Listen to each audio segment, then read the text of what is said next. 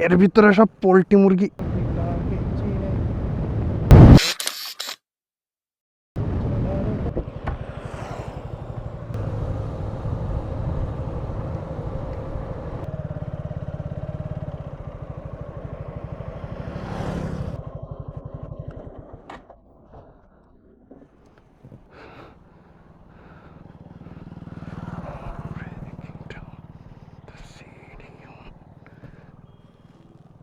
এর ভিতরে সব পোল্ট্রি মুরগি।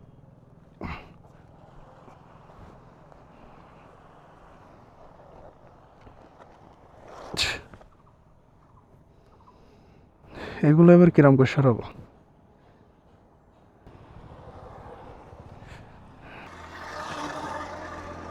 এই জিনিসটা যে এখানে পড়ে আছে কারোর কোনো খেয়াল নাই।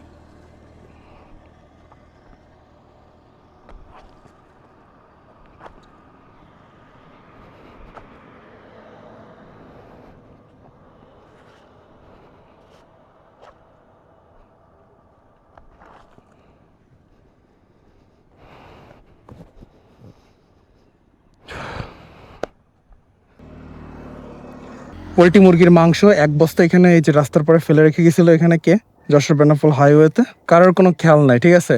মানে কখন থেকে দেখলাম পড়ে আছে, তো সরাই দেওয়া হয়েছে এটা এখান থেকে। মানুষ এতটুকু করতে পারে না, এতটুকু করতে গেলে গায়ে বাঁধে, তাদের লজ্জা লাগে।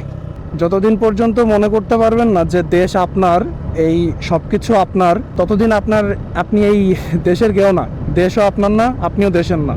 এই যে রাস্তায় ওটা যে পড়ে আছে ভাই, একটা যদি অ্যাক্সিডেন্ট হয় তাহলে বলেন তো ভাই কি হবে?